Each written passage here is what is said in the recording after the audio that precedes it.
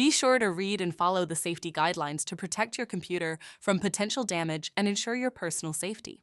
For more information about safety guidelines, see the owner's manual at dell.com/support. Before you begin, turn off the computer and disconnect all the attached peripherals. Before proceeding, ensure your computer is in service mode. To enter service mode, press and hold the B key on the keyboard and then press the power button. Now, the computer will boot up and the owner tag information is displayed on the screen. Press any key to proceed.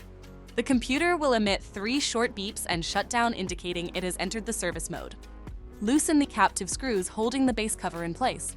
Using a plastic scribe, pry the base cover from the palm rest assembly, starting at the top edge and working your way around to release it from all sides. Now, lift the base cover from the palm rest assembly.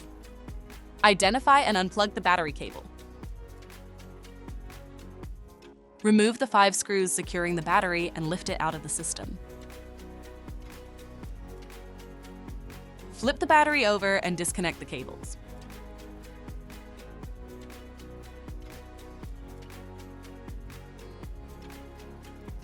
To reinstall the battery, reconnect the cables.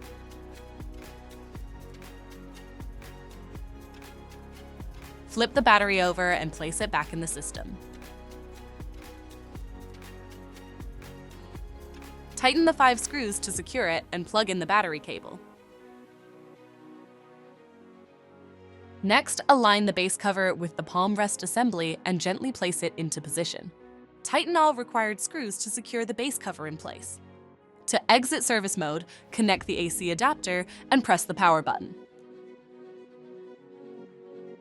For more information about your Dell system, visit dell.com/support.